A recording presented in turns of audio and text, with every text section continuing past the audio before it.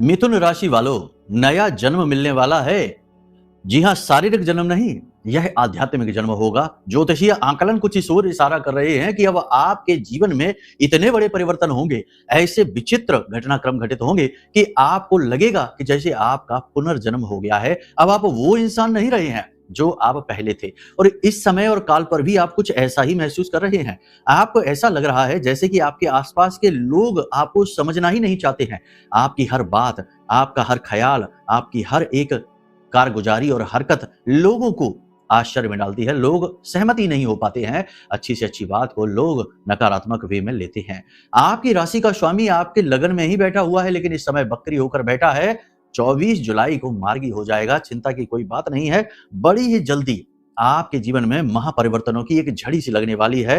कार्यक्रम को पूरा देखना। इस समय और काल पर मिथुन राशि वालों, आप एक अजीब सा बंधन, नकारात्मक ऊर्जा महसूस कर रहे हैं। शारीरिक स्थूलता और अपनी ही वाणी में दोष महसूस कर रहे हैं। आप जो भी कुछ बोलते हैं, लोग हमेशा उसे उल्टा समझते हैं, और आपकी वाणी की वजह से आपके काम कई बार बिगड़ चुके हैं। नींद लेने में परेशानी आना, साथ ही साथ तृतीय भाव में बैठा केतु के साथ शुक्र अपने प्रेम संबंधों में खलल यानी परेशानियां डालता है और पैसे को खींचता चला जाता है। आपका बल, बुद्धि, विवेक ही आपके काम नहीं आ रहा। बोलो कमेंट करके बताना कि आप ऐसा महसूस कर रहे हैं कि नहीं। इसी के साथ साथ 5 बड़े संकेत और भी हैं, लक्षण जो इस समय आप महसूस कर रहे हैं, उन्हें भी आपको जानना अनिवार्य है। और उसके आधार पर आपके इस समय के ग्रह गोचर और महामारी की अनुभूतियों के आधार पर 5 बड़ी भविष्यवाणियां भी हमने लिखी हैं, उन्हें भी जानना आपको आवश्यक है। और साथ ही साथ एक महा उपाय जो समस्त दोषों का नाश करके आपके जीवन में एक नए काल, एक नए समय की शुरुआत करेगा। और इसे ही कहेंगे पुनर्जन्म होना, यानी पूर्ण रूप से महापरिवर्तन और बदलाव हो जाना। तो चलिए सबसे पहले ध्यान से सुनिए, कौन से हैं वो संकेत जो आप इस समय महसूस कर रहे हैं। कमेंट करके सब कुछ बताना, और उसके बाद फिर बताएंगे भविष्यवाणियां और उपाय। ध्यान से सुनिए। जय माई की बंधुओं, ज्योतिष और तंत्र विद्या के क्षेत्र में आचार्य अमित एक जाना माना नाम है। पूज्य गुरुदेव के साधनाओं और ज्योतिष विद्या के अनुभव बेहद दिव्य है। जी हाँ, पूज्य गुरुदेव ने जिसकी भी कुंडली का विश्लेषण किया और कुंडली के अनुसार उसे सटीक उपाय व महामाई माँ बगलामुखी की विशेष कृपा दी, उसके जीवन में सकारात्मक बदलाव तो आए ही है। फिर चाहे समस्या कितनी ही कठिन क्यों ना हो, समाधान तो अवश्य हुआ है। अब ऐसे में यदि आप भी अपने जीवन की किसी बड़ी समस्या से जूझ रहे हैं, जैसे कि कर्जा बढ़ता ही जा रहा है, काम धंधा और व्यापार सब रुक चुका है, रिश्ते नातों में तनाव हद से ज्यादा बढ़ गया है, पूरा जीवन ही नकारात्मकताओं से भर गया है, तो ऐसे में यही सही समय है जब आप श्रेष्ठ गुरु से मार्गदर्शन प्राप्त करें और जीवन के अंधकार को समाप्त कर दिव्य प्रकाश की ओर कदम बढ़ाएं। वीडियो में दिए गए नंबरों पर तुरंत संपर्क करिए और अपनी कुंडली का विश्लेषण व समाधान पूज्य गुरुदेव के द्वारा करवा लीजिए। देर ना करें, आपके देवी देवताओं के आशीर्वाद से ये मौका खुद चलकर आपके पास आया है, इसे गंवाना नहीं है। अभी फोन करें और गुरुदेव से मार्गदर्शन प्राप्त करें। महामाई आपका कल्याण करें। धन्यवाद। सबसे पहला संकेत इस समय आप जो महसूस कर रहे हैं आध्यात्मिक संकेत है, तो थोड़ा गहराई से समझना, अपने दिल पर हाथ रखकर बताना कि पिछले कुछ समय से, यानी कि 1 आध महीने से, 15 दिन से या कुछ समय से आप ये महसूस कर रहे हैं कि आपका जीवन ही जैसे पराया सा है।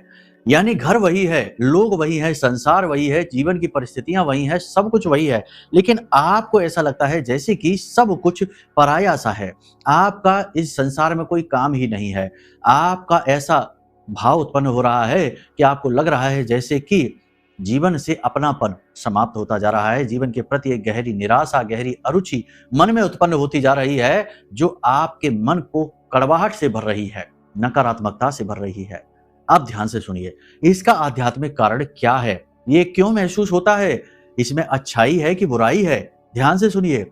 जब आपको ऐसा महसूस हो कि आपके आसपास सब कुछ पराया सा है, यानी कि लोग भी अब आपके अपने नहीं रहे, आपकी खुशियां भी आपकी अपनी नहीं, आपका घर भी आपका अपना नहीं रहा, हर चीज से नियंत्रण खोता सा जा रहा है और आप अकेले निशब्द चुपचाप खड़े मौन बस देख रहे हैं, कुछ कर नहीं पा रहे हैं, क्योंकि जो कर रहे हैं वो काफी नहीं पड़ रहा। तो ऐसे में बदला यह संसार नहीं है, बदल आप रहे हैं। होता ही यही है, जब भी शुरुआत होती है बदलाव की, बड़े परिवर्तनों की, जीवन में महापरिवर्तन की, नवजीवन की, तो सारा संसार ही जैसे पराया सा लगने लगता है। हर एक चीज विफलता की ओर जाती दिखाई देती है, क्योंकि यह आपका अपना बदलाव है। आपके अंतर मन में बदलाव हो चुके हैं। बाहर आपकी भावना, आपके भाव, आपका जीव इसे समझ नहीं पा रहा, इस वजह से उसे बाहर की सारी चीजें अलग लग रही हैं। बिल्कुल वैसे ही जैसे कि आप किसी नए स्थान पर चले जाएं, तो बाहर का जीव तो सारी चीजों को समझ जाएगा कि सब कुछ बदल गया, यानी कि आपका जो चेतन मन है वह तो सब कुछ समझ जाएगा, लेकिन अवचेतन मन नहीं समझेगा तो आप पुरानी आदतों को नहीं बदल पाएंगे। बाहर की जगह, स्थान, संसार सब बदल है। लेकिन ठीक इसके उलट इस समय ये हो रहा है कि आपके अवचेतन मन में परिवर्तन आ चुके, आपका व्यक्तित्व बदल गया, आपके भाव बदल गए, आपके विचार बदल गए, आपके काम करने का तरीका बदल गया, आप स्वयं भी पूरी तरीके से बदल गए, लेकिन बाहर का संसार तो नहीं बदला, वही तो ज्यों का त्यों ही है। तो इस समय आपको पराईपन का, खालीपन का, अकेलेपन का एहसास हो रहा है। यह एहसास इस बात का प्रमाण है कि आपके जीवन में अब महापरिवर्तनों की शुरुआत हो चुकी है और अंतर मन से इसकी शुरुआत हो रही है और वही प्रबल शुरुआत होती है। दूसरा संकेत इससे भी ज्यादा महत्वपूर्ण है, इसे इग्नोर ना करिए, ध्यान से समझिए। बिना किसी कारण मन दुखी हो जाना, आंखों से आंसू छलक आना, एकांत में बैठकर अपनी पुरानी घटनाएं, पुरानी बातों को, पुराने लोगों के साथ रिश्तों को सोच सोच कर दुखी हो जाना, अनायासी मन भर आना, गला रुध जाना, आवाज ही जैसे स्तब्ध सी हो जाना। कहने का मतलब यह है कि गहरे भाव को आप महसूस कर पाएं, अपनी आत्मा में आप एक कष्ट, एक दुख को महसूस कर पाएं कि आपने सोचा क्या और हुआ क्या, आपने चाहा क्या और आपके साथ क्या हुआ। आपने तो कितना दुनिया के संसार के लिए करने की कोशिश की, लेकिन आपको मिला क्या।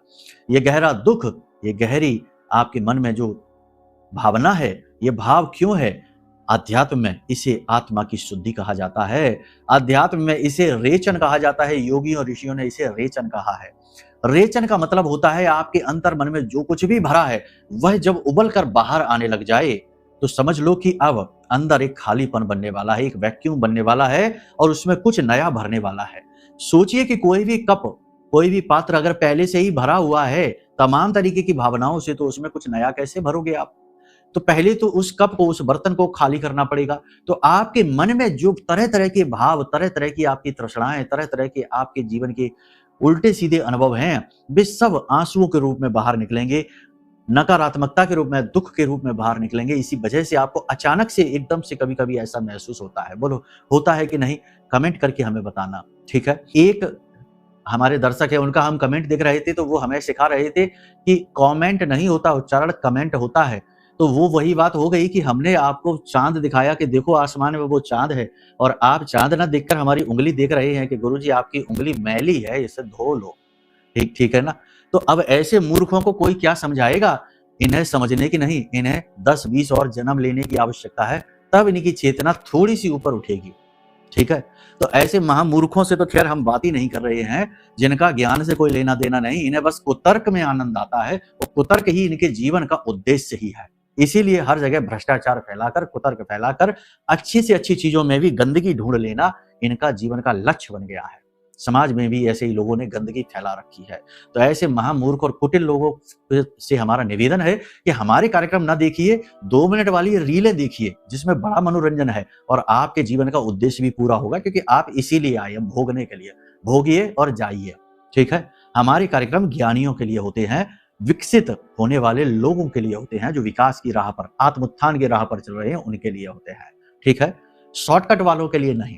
खैर चलिए, अब आप ध्यान से सुनिए। इसे रेचन कहते हैं। आपके मन के भाव तेजी से खाली हो रहे हैं, इसीलिए आपको मन में उथल पुथल महसूस हो रही है, घबराहट महसूस हो रही है और आंखों से आंसू छलक आना और बात बात में दुखी हो जाना और एकांत में बैठकर अपने आप में ही खो जाना, पुरानी बातें यादों में खो जाना कि हमारे साथ ऐसा क्यों हुआ, हमारी क्या गलती थी, हमने किसी का क्या बिगाड़ा था। कुछ लोग जीवन में ऐसे होते हैं, कुछ परिस्थितियां ऐसी होती हैं जो हमें सिखाने आती हैं, हमारी चेतना को जागृत करने आती हैं, झटका देने आती हैं। जब गाड़ी बंद पड़ जाती है तो उसे धक्का लगाकर स्टार्ट करना पड़ता है। ऐसा ही है हमारा जीवन। सिर्फ हमारा जीवन नहीं है, यह जन्म जन्मांतर की यात्रा है। तो इसे इस तरह से देखना चाहिए, तो आपको सुख शांति का एहसास भी होगा और अपने जीवन में घटित घटनाओं का आपको कारण भी समझ में आने लगेगा। तीसरी घटना, कुछ लोगों का आपका साथ छोड़कर चले जाना। यानी कुछ लोग जो आपसे पहले जुड़े थे, प्रेम करते थे, आप भी उन्हें प्रेम करते थे, अचानक से ऐसा न जाने क्या हो गया कि वे आपके शत्रु जैसे हो गए, शत्रुवत व्यवहार करने लगे, आपसे दूर भागने लगे, आपको ही दूर भगाने लगे। आप समझ ही नहीं पा रहे कि आखिर ऐसा क्या हो गया, आपने ऐसा क्या कर दिया, ऐसी कौन सी बड़ी बात हो गई कि इस तरह से व्यवहार कर रहा है यह इंसान। लेकिन वह इंसान आपसे दूर नहीं जा रहा, उसका आपके साथ होने का उद्देश्य पूर्ण हो चुका है। विधि का यह नियम है कि हर व्यक्ति जो हमारे या आपके जीवन में आ रहा है, आने वाला है या इस समय है, उस व्यक्ति का आपके जीवन में आने का एक आध्यात्मिक कारण भी है। सिर्फ इसलिए नहीं कि वह आपका बिजनेस पार्टनर बन गया या उससे आपका विवाह हो गया या वह आपकी संतान बनकर आ गया। कहानी के माध्यम से, उदाहरणों से तो इसे हम बहुत गहराई से आपको समझा सकते हैं, लेकिन उसमें घंटों का कार्यक्रम बनेगा। ठीक है, तो फिलहाल हम आपको बता दें कि हर व्यक्ति एक उद्देश्य के साथ हमारे जीवन में आता है, उद्देश्य पूर्ति होते ही चला जाता है। प्रकृति को इस बात से कोई मतलब नहीं, ब्रह्मांड को इस बात से कोई मतलब नहीं कि आपके भाव कैसे हैं, आप दिल में क्या महसूस कर रहे हैं और आप उस व्यक्ति से कितनी गहराई से जुड़े हुए हैं, इससे उसको कोई मतलब नहीं है। आपके जन्म लेने का उद्देश्य है आपकी आध्यात्मिक चेतना को जागृत करना, आध्यात्मिक उन्नति हासिल करना। तो आपकी आध्यात्मिक उन्नति में यह व्यक्ति सहायक के तौर पर आया, आपको कुछ नए पाठ, नए लेसन, नई सीख देने के लिए आया। तो आपको इसे इस तरह लेना है। इसी के साथ साथ हम आपको एक चीज और बता दें कि कभी कभी हमारे पुरखे पूर्वज, हमारे आसपास जो दिव्य आत्माएं हैं, हर व्यक्ति आत्माओं से हर वक्त घिरा रहता है। और किरिलियन फोटोग्राफी टेक्निक, जो इस समय वैज्ञानिक टेक्निक है, उसके माध्यम से ये पता भी चलता है कि जब किसी व्यक्ति की फोटो ली जाती है तो उसके आसपास कई ह्यूमन लाइक फिगर्स दिखाई देते हैं, जो दिखाते हैं, क्योंकि वह कैमरा जो है वह एनर्जी को कैप्चर करता है, तो वह देख लेता है इस चीज को। तो ये प्रमाण है। वैसे तो शास्त्र प्रमाण तो बहुत सारे हैं, लेकिन ये वैज्ञानिक प्रमाण है। आजकल विज्ञान लोग बहुत करते हैं, इसमें आनंद आता है, तो विज्ञान की बात भी कहनी ही पड़ती है। कहने का मतलब यह है कि आपके आसपास की जो दिव्य आत्माएं हैं, वे आत्माएं जानबूझकर उस इंसान को आपसे दूर करती हैं, क्योंकि उस इंसान का आध्यात्मिक स्तर आपसे बहुत नीचा है और उसका उद्देश्य भी पूरा हो चुका है। तो अब आप चाहकर भी उसे रोक नहीं पाएंगे, वह जाएगा ही जाएगा, चाहे कुछ भी आप करो। तो उस व्यक्ति के जाने का दुख आपको सताएगा, परेशान करेगा। ये संकेत आपको मिला है कि नहीं, कमेंट करके बताना। ठीक है, ये ना कहना कि कमेंट कहते हैं, कमेंट नहीं कहते हैं। ठीक है, मजाक की बात है। अगला संकेत, आध्यात्म की ओर गहरा झुकाव, गहरा आकर्षण महसूस करना। यानी मंत्र सुनते ही मन शांत हो जाना, मंत्र उच्चारण करते ही मन शांत हो जाना। जब भी दुखी होना, परेशान होना, तो यह भाव मन में आना कि अपने आराध्य की ओर चलो, अपने भगवान की ओर चलो, मंदिर चलो, वहां सुख मिलेगा, और मिलता भी है। तो कहने का मतलब यह है कि गहरा आध्यात्मिक झुकाव इस बात का प्रमाण है कि आप अंदर से अब बदल चुके हैं, अब आप ज्यादा मैच्योर, ज्यादा शुद्ध हो चुके हैं, बदलाव के लिए आप तैयार हैं। अब पांचवा संकेत, ये बहुत शक्तिशाली है और ये प्रमाण होगा कि आपकी चेतना बदल चुकी है इस बात का।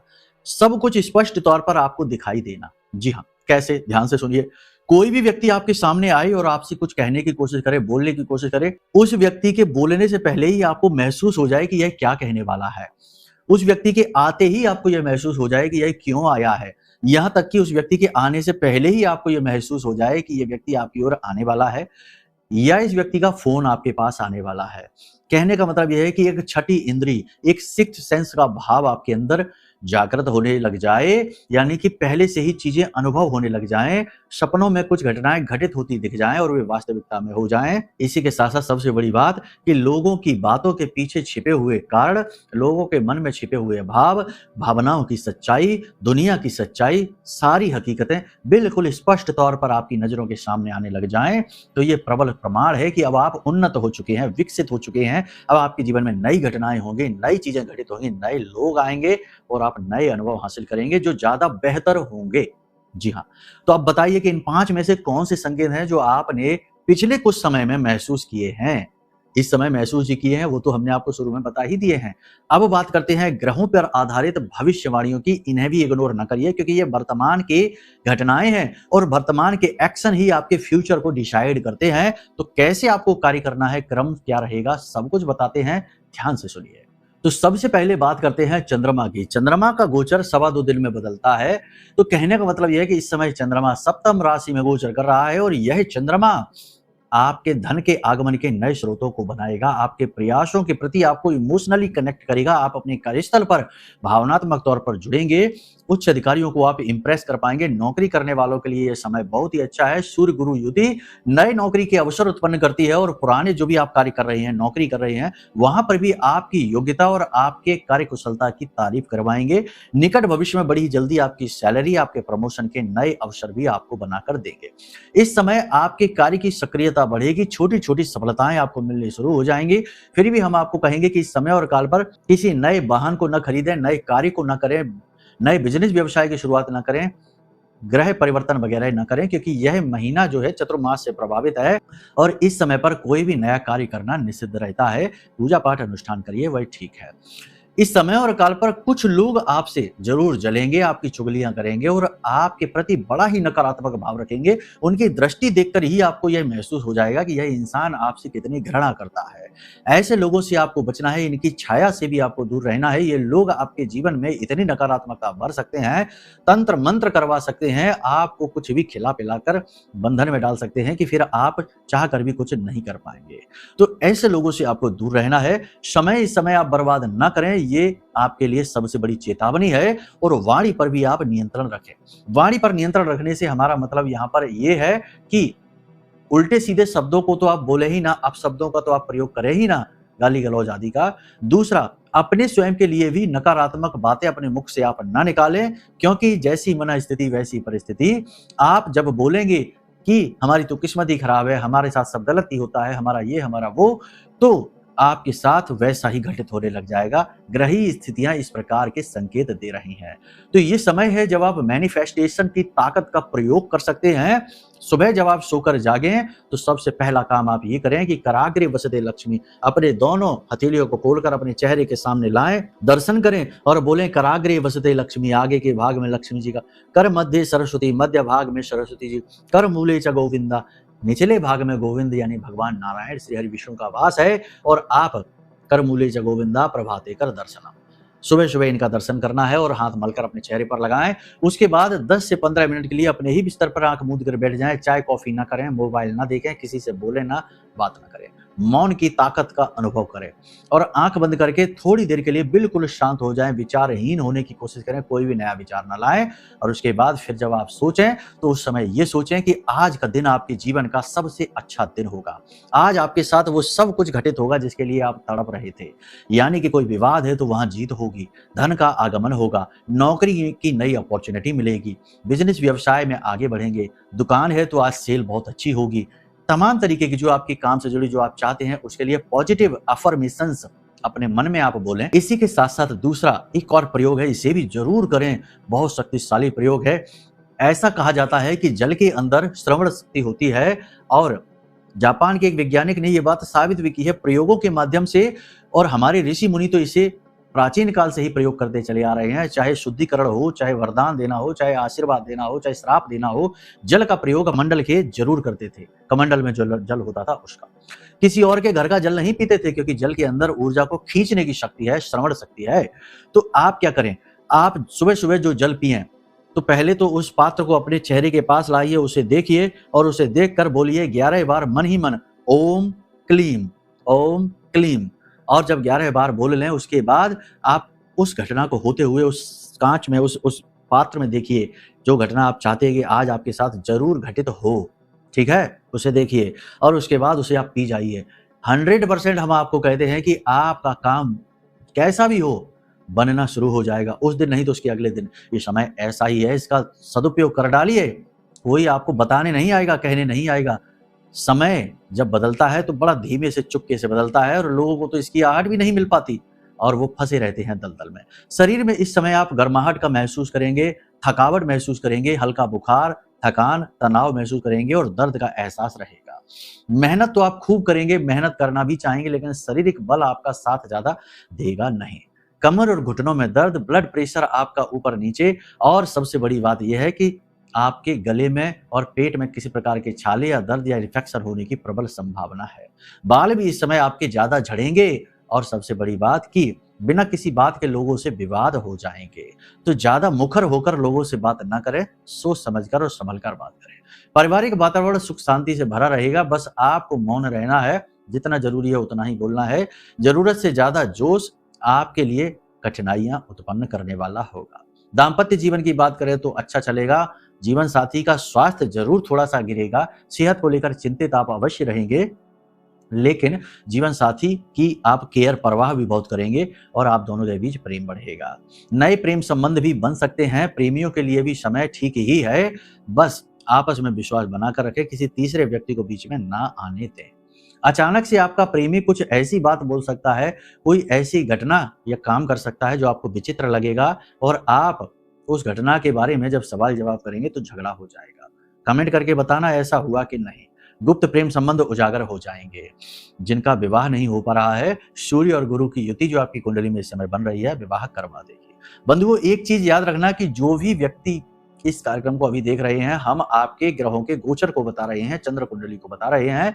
इस समय हम आपके जन्म पत्री को नहीं बता रहे। यदि आपके लिए मन में आपके कुछ विशेष प्रश्न हैं, आप कुछ चाहते हैं, जानना चाहते हैं, कुछ सवाल हैं अपने जीवन के बारे में, तो आप अपनी कुंडली का विवेचन कराएं। उसके लिए वीडियो में नंबर है, फोन कर लें। आपकी जन्म पत्री आपके जीवन का नक्शा है, वह आपके उन सवालों के जवाब भी दे सकती है जिनके लिए आप घूम ही रहे हैं, उनके जवाब आपको मिल नहीं पा रहे, उनके जवाब भी आपको मिलेंगे। इसी के साथ साथ अपने आप को इस संसार की कालिक नकारात्मकता से सुरक्षित रखने के लिए सबसे शक्तिशाली है ब्रह्मास्त्र विद्या मां बगलामुखी का यह महारक्षा कवच। इसे भी मंगाना ना भूलें, क्योंकि मां बगलामुखी अष्ट महाविद्या हैं और इस नवरात्रि में जब यह महारक्षा कवच आपके पास जाएगा तो आपका जीवन चुटकियों में बदलेगा। क्योंकि कैसी भी भयंकर से भयंकर नकारात्मकता हो, चाहे वह तंत्र मंत्र की हो, चाहे वह नजर टोना टोटका की हो या ग्रहों की हो, हर प्रकार की नकारात्मकता कटेगी और आपको भविष्य में आजीवन की सुरक्षा भी प्राप्त होगी आपके परिवार के साथ। तो यह महारक्षा कवच भी आप मंगवा लीजिए तो सर्वोत्तम रहेगा। कुंडली विश्लेषण और महारक्षा कवच दोनों एक साथ कराएंगे तो बेहतरीन लाभ आपको प्राप्त होंगे। जी नहीं, हम कोई डिस्काउंट नहीं देंगे, हर चीज की एक छोटी सी दक्षिणा है, छोटी सी ही है, लूटपाट नहीं है। हमारे यहाँ काम शुद्धता और सच्चाई के साथ होते हैं। हम सत्यता पर चलने वाले हैं, साधक हैं, महामाई के सेवक हैं। हमको माई जब धनपति बनाएंगे तो बन जाएंगे, नहीं बनाएंगे तो नहीं बनेंगे। फिलहाल गलत काम कुकर्म करके पैसा नहीं कमाना, महामाई की नजरों में ज्यादा नंबर कमाने हैं। दुनिया संसार से कोई लेना देना नहीं ज्यादा। तो कहने का मतलब यह है कि यहाँ पर दक्षिणा तो है, चीजों का मूल्य है, लेकिन बहुत ही जायज मूल्य है, उल्टा सीधा नहीं। ठीक है, तो आप मंगवा सकते हैं, बेफिक्र होकर कुंडली आकलन भी करा सकते हैं। इस समय और काल पर आपको हम बता दें कि माई का महाअनुष्ठान भी चल रहा है। नवरात्रि का ये समय है, हालांकि 23 तारीख तक अंतिम है, उसके बाद समाप्त हो जाएगा। तो यदि आप इससे पहले देख रहे हैं कार्यक्रम तो महाअनुष्ठान में अपनी अर्जी देवी के चरणों में लगवा सकते हैं, अपना उद्धार करवा सकते हैं। इस समय और काल पर आपकी पुरानी गलती पकड़ी जाएगी, कोई पुराना काम, पुराना कर्म आपके सामने आ जाएगा जिसके लिए आपके पास जवाब नहीं होगा और आप फंस जाएंगे। इमोशनल होकर आप कुछ ऐसा बोलेंगे, भावनात्मक होकर या भावनाओं में बहकर आप कुछ ऐसा कह देंगे जिसकी वजह से आपके रिश्ते खराब होंगे और आपके ऊपर लांछन लगेंगे। गहरे लांछन लगने के तो योग इस समय है ही। केतु शुक्र युति गहरे लांछन, झूठे आरोप लगवाती है, तो थोड़ा संभल कर रहें। हर रिश्ते में एक नकारात्मक भाव होता है, उसे जरूर पहचानें। कहने का मतलब यह है कि भावनाओं में ज्यादा ना बहें। दूसरा कि मन में काम वासना बढ़ेगी तो अपने भावनाओं पर, अपनी इच्छाओं पर भी नियंत्रण रखें, नहीं तो गलत प्रेम संबंधों में फंसेंगे या फिजूल खर्ची करेंगे या गलत लोगों की संगत में आकर कुकर्म कर बैठेंगे, फिर उसकी कीमत चुकाते रहेंगे। बाद में कहेंगे कि गुरुजी हमारी कुंडली देखकर बताओ क्या हुआ। लेकिन जब सब कुछ हो चुका उसके बाद गुरुजी भगवान नहीं है कि तथास्तु कह के चीजें सही कर दें। फिर तो जो चीज जैसे बिगड़ी वैसे ही धीमे धीमे सही होगी। ठीक है, तो संभल कर रहिए, इसी में भलाई है। अब बात करते हैं उपाय और क्रियाओं की। अगर आपको अपने जीवन के कष्ट काटने हैं तो आज से ही इस क्रिया को करना शुरू कर दीजिए। पहली क्रिया, एक पीले रंग का कपड़ा लीजिए, ठीक है, रेशमी कपड़ा लेना, उसमें एक हल्दी की गोल गांठ, 7 कमल गट्टे, एक सिक्का, उसे पोटली बना लीजिए और उसके ऊपर हल्दी से टीका लगाकर महामाई मां बगलामुखी के चरणों में रख दीजिए और उसके बाद रात को सोते समय इस पोटली को अपने सिरहाने रखकर सोइए। पहला उपाय ये। दूसरा उपाय ये कि आप एक पान का पत्ता लीजिए, उसके ऊपर एक सुपारी रखिए। जैसे हमने कहा था कि सुपारी देना है भगवान को, तो एक सुपारी रखिए, पूरी सुपारी रखना है, ठीक है ना। और सुपारी के भी 2 प्रकार होते हैं, एक लंबी सी सुपारी होती है चोंच वाली, उसे पुरुष सुपारी कहते हैं, और एक होती है गोल सी सुपारी, उसे स्त्री सुपारी कहते हैं। तो स्त्री सुपारी नहीं देनी है, पुरुष सुपारी देनी है आपको। तो पुरुष सुपारी आपको रखनी है उसके ऊपर, और आपको थोड़े से चावल रखने हैं, उस पर पिसी हुई हल्दी डालनी है, और इसी के साथ साथ उस सुपारी को थोड़ा सा कुमकुम लगा देना है। अब पान पर रखी हुई यह सुपारी हनुमान जी के चरणों में रख देनी है और वहीं पर बैठकर 11 बार हनुमान चालीसा का पाठ करना है और 108 बार राम नाम का जाप करना है, फिर बजरंग बाण का पाठ करना है। अगर महिला है तो बजरंग बाण का पाठ ना करें, हनुमान अष्टक का पाठ करें और फिर हनुमान जी से हाथ जोड़कर निवेदन करें कि प्रभु हमारा यह अमुक जो आपका संकट है, जो बाधा है, जो परेशानी है, इसे आप काट दो, हम आपकी शरणागत हैं। इस उपाय को आपको लगातार 11 दिनों तक करना है। 11 दिन के अंदर अंदर भयंकर से भयंकर, बड़े से बड़ा संकट कट जाएगा, इस बात की गारंटी है। करके देखिए इन उपायों को, फिर बताइए। बाकी पूर्ण समाधान के लिए कुंडली दिखवा लीजिए, नंबर वीडियो में दिया गया है, फोन कर लेना, पूर्ण समाधान प्राप्त हो जाएंगे देवी माँ बगलामुखी की कृपा और उनके आशीर्वाद से। चलिए कार्यक्रम को यही विराम देते हैं। प्रेम से बोलिए जय माई की, जय माँ बगलामुखी।